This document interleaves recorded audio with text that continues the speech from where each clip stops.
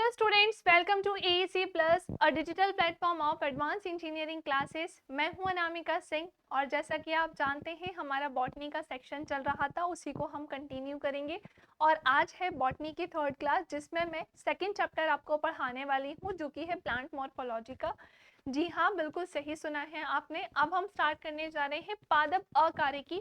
पादप अकारिकी की बात करें तो यहाँ पर हमें प्लांट के बारे में जानना होता है कि उनके कौन कौन से सेक्शंस होते हैं और उन एक एक सेक्शन को हमें डिटेल में जाकर यहाँ पर पढ़ना होगा। सो क्लास होगी बहुत ही ज़्यादा इंटरेस्टिंग।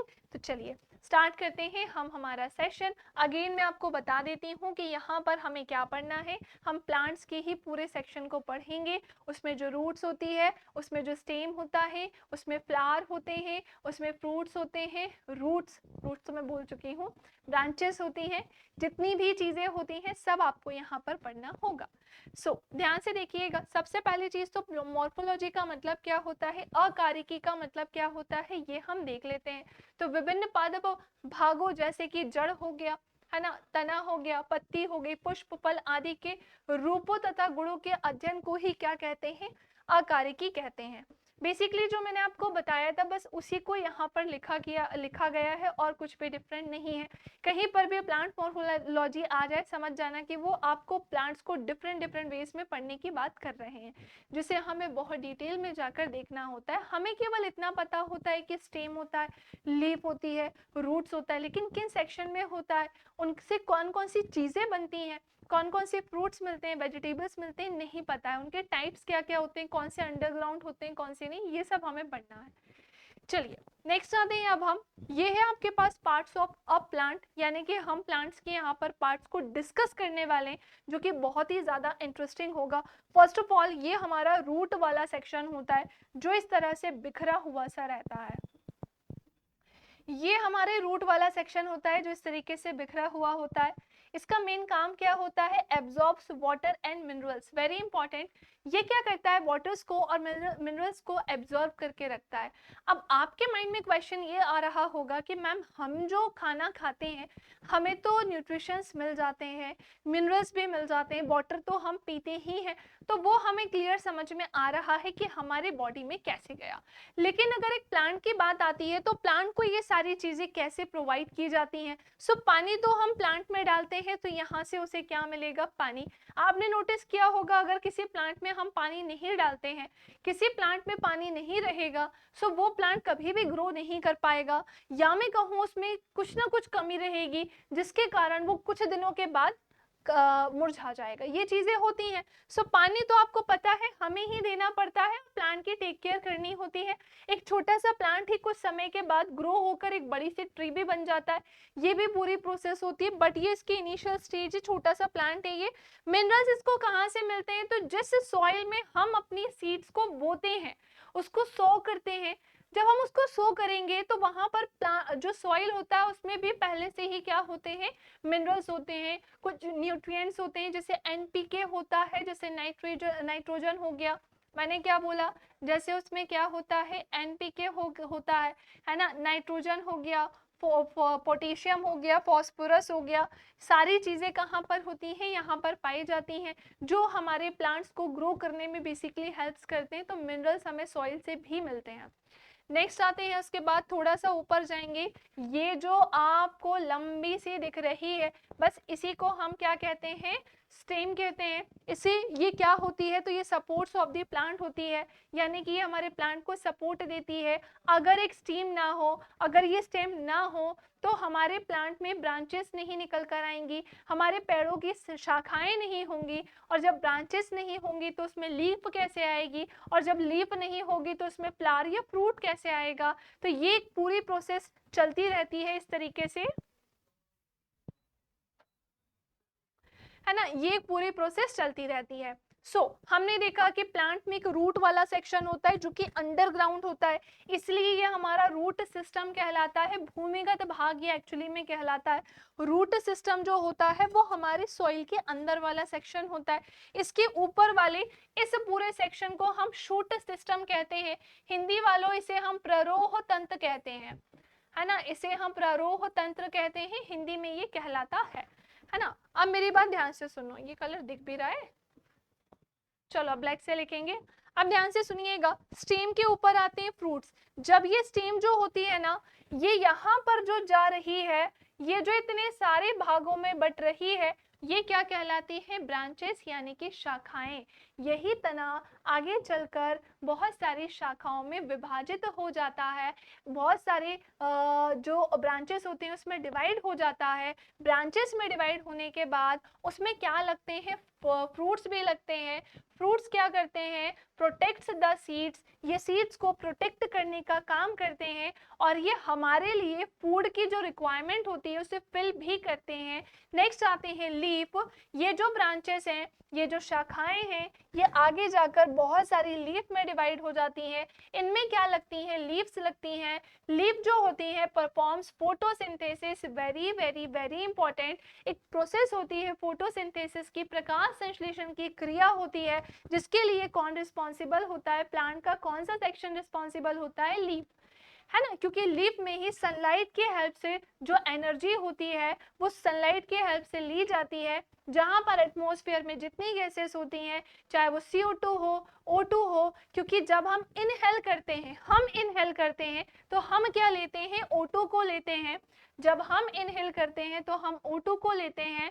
लेकिन अगर बात आएगी किसकी? प्लांट्स की आएगी। तो जब प्लांट्स इनहेल करते हैं तो वो किसे लेते हैं? CO2। ये कौन ले रहे हैं? ह्यूमंस ले रहे हैं। और बात किसकी आएगी? प्लांट्स की। तो प्लांट्स क्या लेते हैं? CO2 लेते हैं। दोनों के लिए ये अलग अलग चीजें इंपॉर्टेंट होती हैं। मैं आपको बता रही थी कि फोटोसिंथेसिस की प्रोसेस होती है, आगे भी आपको लीफ में मिलेगी, वहां पर हम अच्छे से देखेंगे। थोड़ा सा और ऊपर आइएगा, यहाँ पर फ्रूट्स भी लग गए हैं और ऊपर वाले हिस्से में हमें क्या मिल रहे हैं? फ्लावर। हेल्प्स इन रिप्रोडक्शन, बिल्कुल सही कहा है। ये एक फ्लावर से दूसरे फ्लावर, एक प्लांट से दूसरे प्लांट के बनने में कौन सा प्लांट का सेक्शन हेल्प करता है? तो वो होता है फ्लावर हमारा। ये जो फ्लावर में रिप्रोडक्शन होता है, पॉलिनेशन होता है, उसके लिए रिस्पॉन्सिबल होता है। मेल का अलग होता है, मेल फ्लावर अलग होता है, उसके जेनिटल ऑर्गन अलग होते हैं, फीमेल के अलग होते हैं। वो भी हम कहाँ पर पढ़ेंगे? अपने इस चैप्टर प्लांट मॉर्फोलॉजी में। बेसिकली मैंने आपको यहाँ पर पूरा यही एक्सप्लेन किया है कि प्लांट मॉर्फोलॉजी में हमें क्या क्या पढ़ना होगा। हमें इतनी सारी चीजें पढ़नी होगी। अगेन मैं आपको बता देती हूँ कि रूट हमारे प्लांट का एक ऐसा सेक्शन होता है जहां पर सनलाइट यानी सूर्य का प्रकाश नहीं आ पाता है, और जो प्ररोह तंत्र होता है यानी जो शूट सिस्टम होता है, इसमें जितनी भी सारे पार्ट्स मैंने आपको अभी बताए हैं वो सारे ही किसकी रोशनी में काम करते हैं? सनलाइट की, सूर्य के प्रकाश की, और उसी की हेल्प से ये ग्रो करते हैं। आई होप आपको ये पूरी कहानी अच्छे से समझ में आ गई होंगी। अब हम एक एक करके सबके बारे में थोड़ा थोड़ा सा पढ़ना स्टार्ट करते हैं। बस इन दोनों का ध्यान रखना, इसे क्या कहते हैं। हम स्टार्ट कर रहे हैं रूट यानी अपने जड़ वाले सेक्शन से कि रूट यानी जड़ क्या होती है। फर्स्ट ऑफ ऑल, सबसे पहले जो रूट्स होती हैं, ये जड़ जो है वो पौधों का अवरोही भाग होता है जो मूलांकुर से विकसित होता है। कहाँ से विकसित होता है? मूलांकुर यानी कि मूल। मैं आपको बता दूं कि जो रूट्स होती हैं वो कैसी होती हैं? अंडरग्राउंड होती हैं। और ये किसकी ओर बढ़ती हैं? तो ये जमीन की ओर बढ़ती हैं। इस चीज का ध्यान रखना कि जो रूट्स होती हैं ना वो अवरोही भाग होता है। क्यों? क्योंकि ये मिट्टी से ऊपर की तरफ नहीं जाता है, बल्कि और जमीन की तरफ धंसता जाता है। कोई भी प्लांट जब ट्री बनता है और जब वो बहुत बड़ा ट्री बन जाता है तो उसमें जो रूट्स होती हैं वो सॉइल में बहुत दूर तक फैली हुई होती हैं। क्लियर? तभी तो वो प्लांट एग्जैक्टली खड़ा रहता है, या वो ट्री कैसा रहता है? खड़ा रहता है। कोई उसे कितना ही धक्का दे दे वो नहीं गिरता है। अगर उसको गिराना होगा तो बड़ी बड़ी मशीनों की जरूरत पड़ती है ना। ये ऐसा इसमें होता है। चलिए नेक्स्ट आते हैं अब हम आगे। आई होप आपको ये एक लाइन का मतलब बहुत ही अच्छे से क्लियर हो गया होगा। अब क्या होता है ना कि जब जो एक्चुअली जो प्लांट होता है या रूट की अगर बात करें तो root hairs arises from epidermis. ये जो है प्लांट के एपिडर्मिस से क्या करते हैं? उगते हैं या ग्रो होते हैं। Root generally grows in the soil away from light. बिल्कुल सही कहा, मैंने अभी ये चीज आपको अच्छे से क्लियर की थी कि जो रूट होती है वो सनलाइट से कैसी होती है? अलग होती है। इसमें सनलाइट नहीं पड़ती है। आप खुद ही देखो, सॉइल के अंदर वाला ये पार्ट होता है जहां सूर्य का प्रकाश आ ही नहीं पाता है। ठीक है। नेक्स्ट आते हैं उसके बाद, अब जो रूट्स होती है ना वो कितने तरीके की होती हैं, 2 तरीके की होती हैं। कौन कौन से हैं वो 2 तरीके? So roots are of 2 types, और first is tap root and second is adventitious root, यानी कि एक मूसला जड़ होती है और एक अपस्थानिक जड़ होती है। अब आप कहेंगे कि मैम ये मूसला जड़ कहाँ है, क्या होती है, ये कितना अजीब सा नाम है, ये टैप रूट क्या है, एडवेंटिशियस रूट क्या है? फर्स्ट ऑफ ऑल हिंदी वाले स्टूडेंट्स जितने भी हैं भाई, आपको दोनों माध्यम में चलना है। अगेन मैं ये लाइन रिपीट कर दे रही हूँ क्योंकि ये नाम कभी कुछ भी निकल के आ जाते हैं, आप ही के लिए इंपॉर्टेंट है, इसलिए हर एक बार मैं आपको ये वार्निंग देती हूँ, समझाने की कोशिश करती हूँ। सबसे पहले तो मैं 2 चीजों में आपको डिफरेंस बता देती हूँ कि ये जो टैप रूट होता है और ये फाइबेरियस रूट है, सॉरी एडवेंटिशियस रूट है, इनमें क्या अंतर होता है। सो कुछ ऐसे रूट्स भी होते हैं जो बढ़ तो रहे हैं लेकिन इसका जो ऊपर का भाग होता है वो थोड़ा मोटा होता है, और नीचे जाते जाते ये कैसा होता जाता है, पतला होता जाता है। नीचे जाते जाते ये कैसा होता जाता है, पतला होता जाता है। पहली बार क्लियर। अब कुछ प्लांट ऐसे भी होते हैं जो शुरू से ही किसमें विभाजित होते हैं, बहुत सारी शाखाओं में विभाजित होते हैं, इस तरीके से पतली पतली लंबी लंबी, ये इसमें क्या होती हैं, ये रूट्स ही होती हैं। क्लियर। अब इसमें क्या होता है कि ये इसमें भी बहुत सारी ब्रांचेस में डिवाइड होते हैं, इससे भी क्या निकलती है, बहुत सारी शाखाएं निकलती हैं। ये कुछ इस तरह से डिवाइड होते हैं। क्या ये बात समझ में आई? आई होप आपको समझ में जहां तक आ गई होंगी। सो कौन सा टैप रूट है और कौन सा एडवेंटिशियस रूट है, तो मैं आपको बता दूं, ये है हमारा टैप रूट और ये है हमारा एडवेंटिशियस रूट, है ना।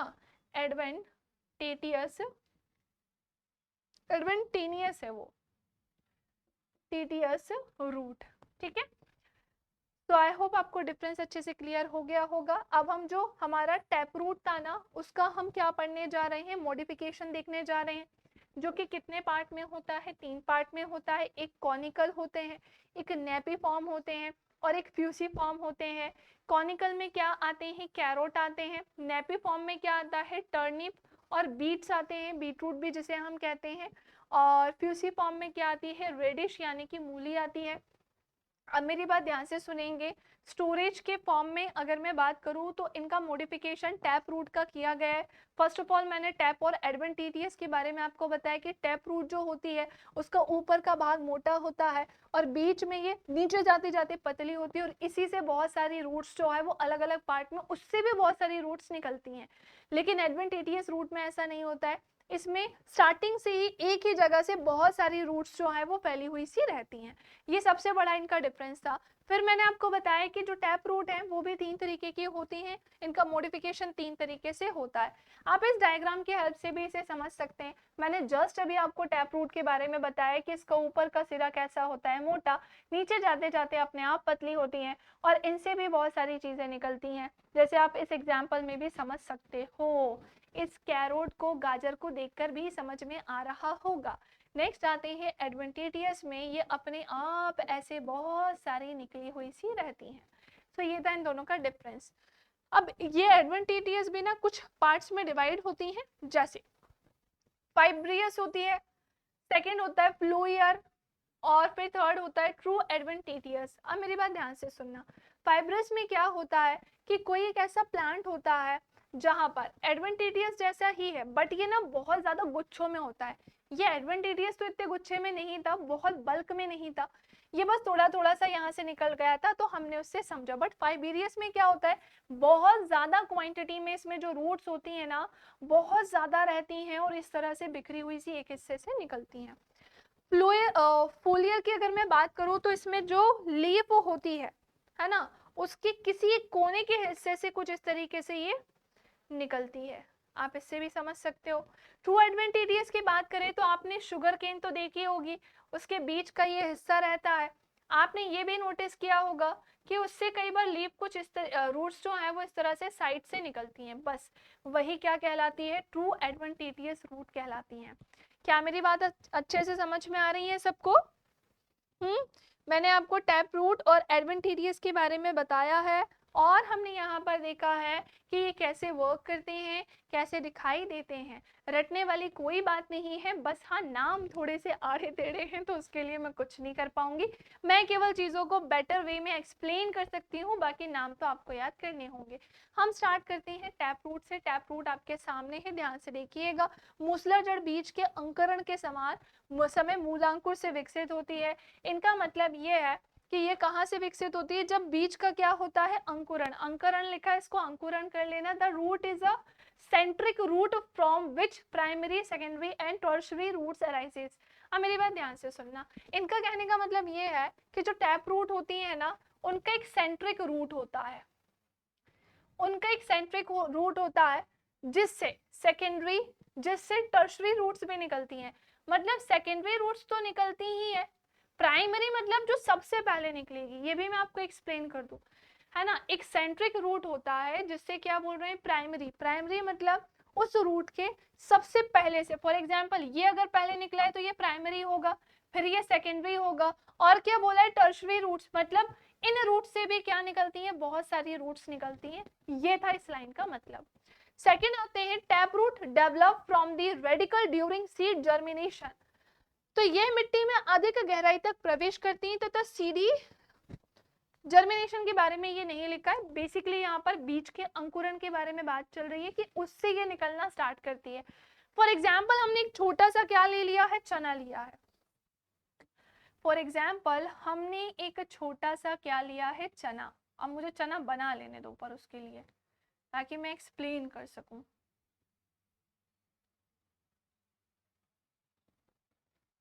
आई होप कि ये थोड़ा चना जैसा तो दिख रहा हो। दिख तो रहा है। अब इस चने से क्या निकल रही है, आपने देखा होगा जब चने चने का जब अंकुरण होता है तो इससे थोड़े थोड़े रूट्स निकलती हैं। मतलब ये जर्मिनेट होता है ना। तो ये क्या निकलती हैं, इस तरह से रूट्स निकलना स्टार्ट हो जाती हैं। बस यहीं से क्या होता है, इसका डेवलपमेंट होता है ना। सो हमने क्या देखा, tap root develop from the radical during seed germination, बिल्कुल सही। Its thickness decreases with depth. अब ये क्या होती है ना, ये मिट्टी में अधिक गहराई तक प्रवेश करती है और तथा सीधी तथा मोटी होती है। एक चीज और, जैसे जैसे ये गहराई में जाती जाएगी ना, वो कैसी होती जाएगी, पतली होती जाएगी। हमने तो देखा it's thickness decreases with depth, यानी कि पहले शुरू में कैसी होती है, मोटी, और जैसे जैसे गहराई में जाती जाएगी पतली होती जाएगी। They are found in dicot plant. यहाँ पे डाइकोट लिखा होना चाहिए। एक होता है मोनोकोट प्लांट और एक होता है डाइकोट प्लांट, है ना। लास्ट क्लास में भी मैंने आपको बताया था, मोनोकोटिलिडनस भी लिखा था और हमने डाइकोट के बारे में भी देखा था। डाइकोट लेडोनस भी प्लांट होता है। आप इसे डाइकोट मोनोकोट से भी याद कर सकते हो, इतना बड़ा नाम याद करने की जरूरत नहीं है। सो बेसिकली किन में पाई जाती हैं, डाइकोट प्लांट में पाई जाती हैं, जिनमें कितने जिनमें कितने बीज पत्र होते हैं, 2, है ना। ये केंद्रीय जड़ है जिनमें से अन्य जड़ निकलती है, मुख्य रूप से द्विबीजपत्री पौधों में पाए जाते हैं। जस्ट अभी मैंने आपको बताया। इसके एग्जांपल्स क्या क्या हो जाएंगे, ग्राम, है ना, और पी और मस्टर्ड, मैंगो, नीम। नीम तो आपको पता ही होगा, है ना। ये सब इसके एग्जांपल्स हो जाएंगे, किसके, टैप रूट के। कुछ मैंने आपको यहाँ पर ये बताया, ये तो फाइबेरियस रूट है, मैंने बताया था बहुत घनी सी रहती है ये, उसके बारे में। नेक्स्ट आते हैं सेकंड नंबर पे, एडवेंटिटियस रूट। इसके बारे में थोड़ा सा हम जानते हैं कि एक्चुअली में ये एडवेंटिटियस रूट जो है वो कैसी होती है। और डायग्राम जो है ना, वो जानबूझ के मैंने इसमें इमेज जो है वो बड़ी ही लगाई है, ताकि आपको बहुत अच्छे से सारी चीजें समझ में आ जाए। सबसे पहले हम पढ़ते हैं, adventitious roots are also called as fibrous roots because they are thin, fibrous and elongated. They are mainly found in monocot plant. ये बेसिकली कहाँ पर पाई जाती हैं, एक बीज पत्री में पाई जाती है। मतलब ऐसे प्लांट जिनमें जो बीज है वो एक बीज पत्री के होंगे, है ना। अब क्या बोला है यहाँ पर, they can and branches be arises from any part of, यहाँ पे कुछ मिस्टेक है, कोई बात नहीं, any part of plant such as stem, leaves and branches. ये मुख्य रूप से एक बीजपत्री पौधों में पाई जाती है, पतली और रेशेदार होती है, मिट्टी में कम गहराई तक प्रवेश करती है। धान, गेहूं, मक्का, ज्वार और बाजरा, गन्ना, ये सब इसके एग्जाम्पल्स होंगे। ओके, अब ध्यान से सुनना, ये जड़ें पौधे के किसी भी भाग से, जैसे तने से, शाखाएं से और पत्तियों से निकलना स्टार्ट कर देती हैं। आप पीपल के पेड़ से भी इसे समझ सकते हो, जो बहुत बड़े बड़े पेड़ होते हैं, ये क्या करती हैं, आगे जाकर ग्रो होती हैं। फिर जो उनकी ब्रांचेस होती हैं, उनसे भी ये निकलना स्टार्ट कर देती हैं, ऊपर की तरफ ग्रो होती है ना, नीचे की तरफ नहीं, ये ऊपर की तरफ ग्रो होती हैं और इस तरह से ये निकलना हर कहीं से स्टार्ट कर देती हैं। ये हर कहीं से कुछ इस तरह से निकलना स्टार्ट कर देती हैं। डिफरेंट डिफरेंट वेज में आप इसे समझ सकते हैं, है ना। तो इसलिए जानबूझ के इतने सारे एग्जांपल्स लिए ताकि मैं आपको बता सकूं एडवेंटिशियस रूट के बारे में। नेक्स्ट आते हैं, अब हम थोड़ा सा और जानते हैं। जैसे हम roots perform the following functions, roots जो हैं वो और भी कई सारे काम करती है। जैसे जड़ें मिट्टी से पानी और पोषक तत्वों को अवशोषित कर लेती हैं, बिल्कुल सही। रूट्स का सबसे मेन काम क्या होता है, absorption of minerals and waters, यही तो काम होता है। ये किसको अब्सॉर्ब कर लेती हैं, पानी को और मिनरल्स को। फिर क्या बोला है, वे पौधे को मजबूती से पकड़ती हैं, बिल्कुल सही।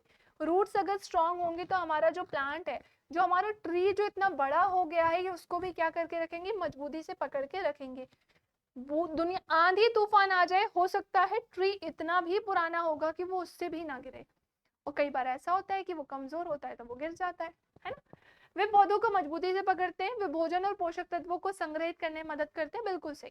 कुछ जो मेन न्यूट्रिएंट्स होते हैं उनको स्टोर करके रखने में प्लांट के लिए ही हेल्प करने का काम कौन करते हैं, रूट्स करते हैं। जड़ें पौधे तक पानी और खनिज पहुंचाती हैं, बिल्कुल। जो रूट्स होती है ना, ये हमारे पूरे प्लांट तक वाटर को पहुंचाने का काम करती हैं, और क्या पहुंचाती हैं, मिनरल्स को भी पहुंचाती हैं with the help of tissues. With the help of tissues, किसकी हेल्प से ऐसा हो रहा है, अगर वहां ना दिख रहा हो तो मैं आपको बता दूं, टिश्यू की हेल्प से, ऊतक की मदद से ऐसा होता है ना। किसकी मदद से, ऊतक की मदद से ऐसा होता है। और वो भी कौन कौन से, तो एक होता है जाइलम और एक होता है फ्लोएम, है ना। जाइलम और फ्लोएम टिश्यू के कारण ऐसा होता है। चलिए नेक्स्ट आते हैं, अब हम ये कुछ एग्जांपल हैं आपके सामने। Modification of tap root for food storage, food के स्टोरेज से रिलेटेड है ये, जिसके लिए कुछ एग्जांपल है। मैंने आपको स्टार्टिंग में कॉनिकल और फ्यूसीफॉर्म और नेपीफॉर्म और ट्यूबरस बताया था ना, सो उन्हीं के बारे में इधर एक्सप्लेन किया है। इमेज आई थिंक क्लियर दिख रही होगी, इससे परफेक्ट मुझे कुछ मिली नहीं, इसलिए मैंने इसी को ही इसमें लगाया है। सो कॉनिकल में क्या होता है, देखो एक ये कॉनिकल है, पहले इसके बारे में बताऊं। ये ना कुछ ऊपर से ऐसे घुमे हुए से रहते हैं, फिर नीचे आते हैं।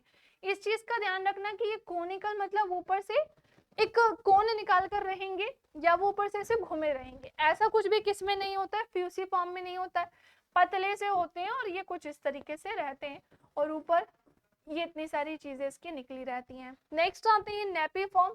नेपीफॉर्म की बात करें, ये बीट रूट का एग्जाम्पल दिया है। यहाँ से बहुत सारी क्या निकलती हैं, रूट्स निकलती हैं, साइड से भी, ऊपर से भी आपने देखा होगा, और ये ऊपर से ऐसा और बीच से इतना चौड़ा सा रहता है। नेक्स्ट आते हैं, उसके बाद हम स्वीट पोटैटो है, ये ट्यूबरस रूट जिसे हम कहते हैं, स्वीट पोटैटो। ये आड़े टेढ़े शेप में किसी भी रूप में होता है। स्वीट पोटैटो का एक प्रॉपर शेप कहाँ होता है, इनका तो फिर भी होता है ना। चलिए, सो आई होप आपको समझ में आ गया होगा conical root, fusiform root, tapiform root और नेपिफॉर्म रूट और ट्यूबरस रूट।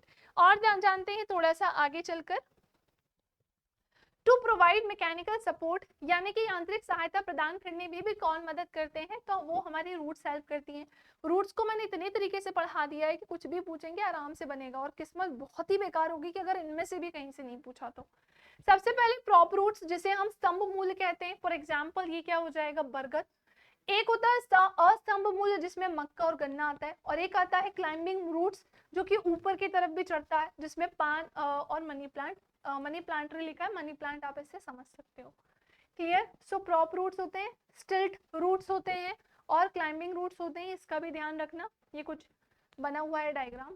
अब आते हैं, ये ना रेस्पिरेशन में भी हेल्प करते हैं। रेस्पिरेशन, फॉर रेस्पिरेशन श्वसन है। सो दलदली क्षेत्रों में श्वसन हेतु पादपों में श्वसन मूल इकाई पाई जाती है। श्वसन मूल दलदल से बाहर निकलकर लेंटिसेल द्वारा श्वसन कार्य करती हैं। कुछ इस तरीके से ये बाहर निकलते हैं, इनको जगह नहीं मिलती है अंदर। जब इनको जगह नहीं मिलेगी तो ये बाहर की तरफ निकलेंगे, ऊपर की साइड जाएंगे, और फिर वो रेस्पिरेशन करेंगे। देखो जितने भी लिविंग ऑर्गेनिजम्स होते हैं, जितने भी सजीव होते हैं, उनका रेस्पिरेशन करना बहुत ही इंपॉर्टेंट होता है। अगर वो रेस्पिरेशन नहीं करेंगे तो चाहे वो प्लांट हो, चाहे वो एनिमल हो, ह्यूमन बींग्स हो, इंसेक्ट्स हो, एक्सवाइजेड कुछ भी क्यों ना हो, वो ग्रो नहीं कर सकेंगे और उनकी वहीं डेथ हो जाएगी। ये सभी के लिए एप्लीकेबल होता है। सो यहाँ पर हमने देखा इसके एग्जाम्पल क्या होंगे, राइजोफोरा के श्वसन मूल, राइजोफोरा बेसिकली इसी का ही पार्ट होता है और यहाँ हम इसी को ही ऐसा कह सकते हैं। सो कुछ रूट्स ऐसे भी होते हैं जो अंडरग्राउंड में जाकर रेस्पिरेशन नहीं कर पाते हैं, तो वो ऊपर की ओर उठना स्टार्ट कर देते हैं। सारे नहीं होते, कुछ होते हैं जो आपके सामने हैं। नेक्स्ट आते हैं नाइट्रोजन फिक्सेशन। बहुत इंपॉर्टेंट है ये भी, क्योंकि इसका भी एक बहुत इंपॉर्टेंट रोल होता है। दलहनी फसलों की जड़ों में एक भूमि का जीवाणु राइजोबियम पाया जाता है। राइजोबियम जो है वो भूमि का ही जीवाणु होता है। ये जो आपको छोटे छोटे से दिख रहे हैं ना, ये राइजोबियम ही होते हैं, जिनका रेस्पिरेशन में बहुत बड़ा रोल होता है और प्लांट को ग्रो करने में भी बहुत हेल्प होता है। रूट्स के ही सेक्शन में ये होते हैं। यह जीवाणु वायुमंडलीय नाइट्रोजन को अन्य यौगिक जैसे नाइट्रेट तथा नाइट्राइट में बदल देता है तथा पौधों की उर्वरा शक्ति को बढ़ाता है। मैंने आपसे कहा ना, प्लांट की ग्रोथ करने के लिए बहुत इंपॉर्टेंट होता है ये राइजोबियम। ये राइजोबियम क्या कर रहा है, हमारे एटमॉस्फेयर में नाइट्रोजन को क्या करेगा, दूसरे किसी भी कंपाउंड, फॉर एग्जांपल नाइट्रेट हो गया या नाइट्राइट हो गया, उसमें कन्वर्ट कर देता है। ये नाइट्रेट या नाइट्राइट में क्यों कन्वर्ट कर रहा है, क्योंकि प्लांट के लिए अभी यही इंपॉर्टेंट है, इसलिए ये ऐसा काम कर रहा है ताकि जो प्लांट है वो ग्रो कर सके, उसमें पावर आ सके और वो डेवलप हो सके। ये एक सहजीवी जीवाणु होता है, ये भी ध्यान रखना। सो ये कुछ इस तरीके से प्रोसेस होती है, सनलाइट की हेल्प से होती है। इसमें फोटोसिंथेसिस प्रोडक्ट होते हैं। ये राइजोबियम का ही सेक्शन है जो यहाँ पे ऐसा बताया गया है, बहुत सारे राइजोबियम है। नाइट्रोजन कंपाउंड जो है वो फिर कहाँ पहुँचते हैं, हमारे सारे प्लांट्स में पहुँचते हैं और फिर हमारा प्लांट जो है वो ग्रो करने लगता है। हर तरीके से बता दिया मैंने आपको, जो जहाँ जहाँ जाकर मैं पॉसिबल था बताने का। चलिए नेक्स्ट आते हैं, उसके बाद नाइट्रोजन फिक्सेशन के बाद इतना ही। अच्छा, आज के लिए इतना ही। ओके, कितनी चीजें थी इसमें, 1 2 3 4 5 6। ओके, सो आज की क्लास में हमने क्या जाना, रूट्स के बारे में जाना। हमने बहुत तरीके से प्लांट मॉर्फोलॉजी को देखा और जितनी भी इम्पोर्टेंट चीज़ें थी वो मैंने आपको बताई। अच्छा, कुछ चीज़ें और मैं आपको यहाँ पर बताती हूँ। जैसे आज तो हमने आई थिंक रूट्स को पढ़ा है, और किसे पढ़ा है, रूट्स ही पढ़ा है आई थिंक। 2 मिनट रुकना है ना। हाँ, आज हमारा रूट वाला सेक्शन ही हुआ है, यही इतना बड़ा था कि इसमें इतना समय लग गया। अब नेक्स्ट क्लास में ना कुछ छोटी छोटी चीजें होंगी, उनके बारे में हम जानेंगे। मैम ये छोटी छोटी चीजें क्या होंगी, देखो फ्लावर तो रिप्रोडक्शन वाला पार्ट हो जाएगा किसी भी प्लांट का, तो फ्लावर थोड़ा बड़ा सेक्शन हो जाएगा। बट अगर मैं बात करूँ किसकी, स्टेम, स्टेम छोटा सा है। फ्रूट में भी बेसिकली हमें ये जानना है कि कई सारे फ्रूट ऐसे होते हैं जिनका कुछ पर्टिकुलर सेक्शन हम खाते हैं, इनटेक करते हैं। सो कौन सा पार्ट हमें खाना चाहिए, कौन सा नहीं, ये हमें कहाँ जानना होगा, फ्रूट वाले सेक्शन में।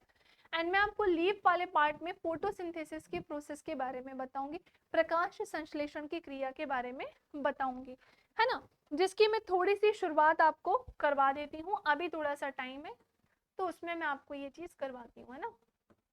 रुक जाओ 2 मिनट, यहाँ पे आए हम, इधर से स्टार्ट करते हैं। सबसे पहले तो यहाँ पे हम पढ़ रहे हैं थोड़ा सा लीफ के बारे में। मैं आपको ना इस पत्ती के बारे में बेसिक बस बता रही हूँ, थ्योरी आपको नेक्स्ट क्लास में मिल जाएगी। अब होता क्या है ना कि लीफ हमारे प्लांट का एक बहुत ही इंपॉर्टेंट सेक्शन होता है। बिना इसके प्लांट में फूड बन ही नहीं सकता है। बिल्कुल सही कहा है, ये तो इम्पॉसिबल है कि बिना इसके प्लांट में फूड बने। सो होता क्या है ना कि हम लेते हैं इसको कुछ इस तरीके से और हमने देखा कि ये ऐसा बना है।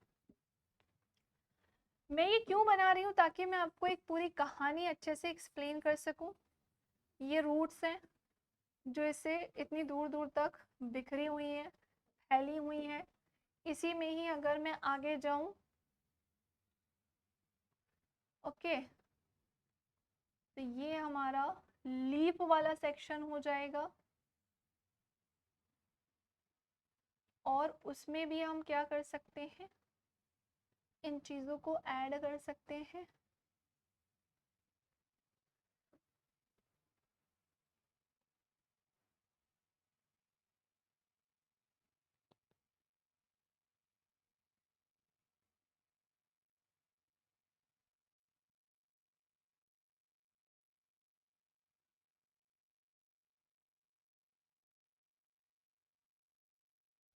सुने अब हमने यहाँ पे पता है क्या किया, कुछ फ्रूट्स लगा देते हैं।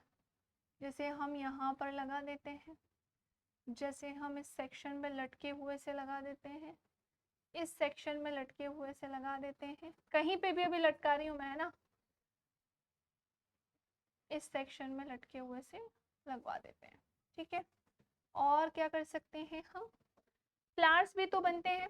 एक प्लांट में क्या होता है, फूल भी होता है, बिल्कुल सही कहा है आपने। वन,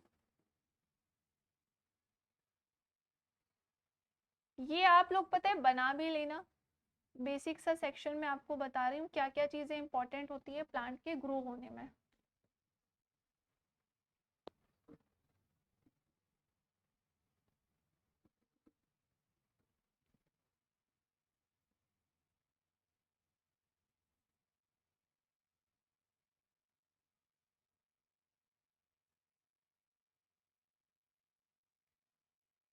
है ना, थोड़ा ऐसा तो बनाऊं कि समझ में आए, इसलिए उसको थोड़ा सा सजा के बना रही हूँ मैं। लास्ट और यहाँ पे एक बनाते हैं, फिर फिनिश करेंगे इसको। मैं आपको एक पूरी प्रोसेस समझाऊंगी।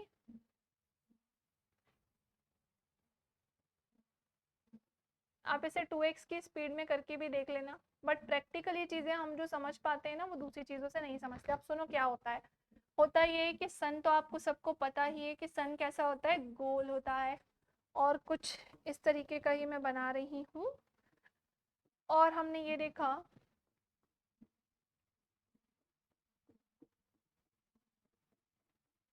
ओके, ये सारी चीजें आ गई। अब इसी में हम बना रहे हैं सन की आंखें।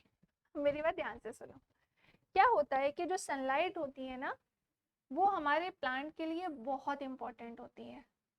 ये जो सूर्य का प्रकाश है, ये हमारे प्लांट के लिए कैसा है, जरूरत से ज्यादा इंपॉर्टेंट है, बहुत जरूरी है। अब क्या होता है, यहाँ पर एक प्रोसेस होती है जिसे हम कहते हैं फोटोसिंथेसिस। थोड़ा थोड़ा सुनना है इसके बारे में, फोटोसिंथेसिस।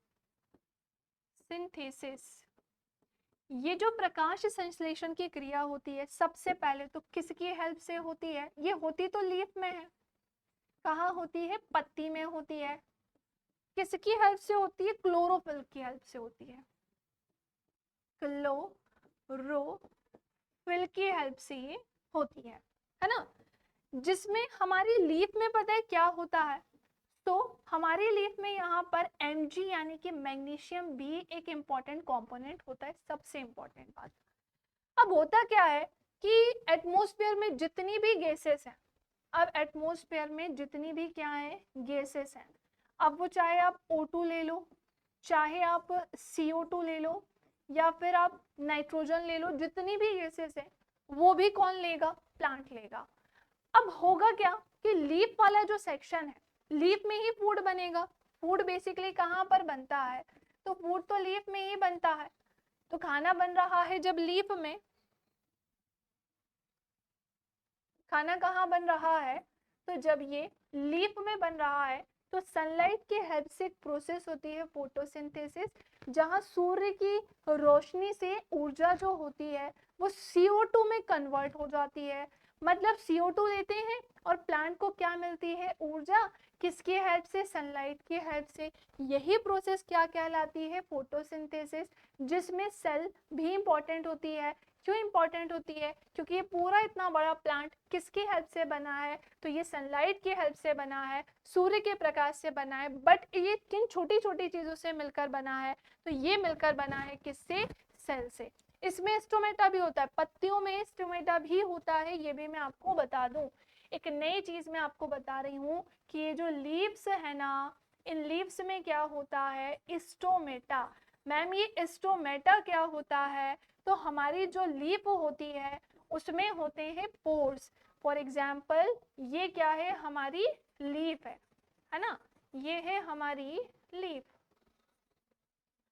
इसमें क्या होंगे, छोटे छोटे बहुत सारे पोर्स होते हैं, छिद्र होते हैं। ये छिद्र किसके कारण होते हैं, स्टोमेटा के कारण होते हैं, यही तो स्टोमेटा है। अच्छा मैम, इसमें पोर्स की क्या जरूरत होती है, इसमें पोर्स इसलिए इंपॉर्टेंट होते हैं ताकि जो गैसेस हैं इसमें, ये क्या होते हैं, पोर्स होते हैं, और ये पोर्स क्यों इंपॉर्टेंट होते हैं? ताकि जो गैसेस हैं उनका क्या हो सके, ट्रांसपोर्टेशन हो सके, इन गैसेस को क्या किया जा सके, इजीली ट्रांसपोर्ट। क्लियर? सो ये थी आपकी पूरी कहानी, जिसमें कुछ कुछ इंपॉर्टेंट चीज़ें मैंने आपको बताई कि ऐसा ऐसा होता है, इसलिए जो प्लांट है वो ग्रो करता है, सबका होना बहुत ज़रूरी है। रूट्स हमारे प्लांट को एक तरह से सपोर्ट भी प्रोवाइड करा के रखता है, ये मिनरल्स और वाटर को पूरे प्लांट में भेजता है। किसकी हेल्प से भेजता है? टिश्यूज़ की हेल्प से भेजता है, ऊतक की सहायता से भेजता है। कौन कौन से ऊतक इसमें आ जाएंगे? तो इसमें जाइलम भी आ जाएगा और इसमें फ्लोएम भी आ जाएगा, दोनों ही इसमें आ जाएंगे, है ना। जाइलम फ्लोएम दोनों का एक इम्पॉर्टेंट रोल इसमें होता है। डन। आई होप आपको ये चीज़ें अच्छे से क्लियर हो गई हो। आज के लिए इतना ही, मिलेंगे हम नेक्स्ट क्लास में। और कुछ इन्फॉर्मेशन मैं आपको देना चाहती हूँ, जैसे यदि आप एसएससी जेईई की तैयारी कर रहे हैं तो हमने एक सार्थक बैच आपके लिए स्टार्ट किया है, और इसी के साथ साथ हम आपके लिए विजय बैच भी लेकर आए हैं, ये भी चल रहा है, जो कि स्टेट एईजी एग्जाम के लिए है। और आप नॉन टेक्निकल में सिंगल सब्जेक्ट पढ़ना चाहते हैं तो वो भी आपको मिल जाएगा। साथ ही साथ हम आपको टेस्ट सीरीज भी प्रोवाइड करा रहे हैं, ताकि आप अपनी प्रिपरेशन को बूस्ट कर सकें और भी इम्प्रूवमेंट ला सकें। और आप हमारे टेलीग्राम चैनल पे भी जुड़ सकते हैं, ताकि आप हमारे टेलीग्राम चैनल पे भी जुड़ सकते हैं, ताकि मैंने जो भी पढ़ाया है, जो हम जितने भी टीचर्स आपको पढ़ाते हैं, उन सब की पीडीएफ आपको वहाँ मिल जाए। ओके, सो आज के लिए इतना ही, मिलेंगे नेक्स्ट क्लास में। तब तक के लिए जय हिंद, जय भारत।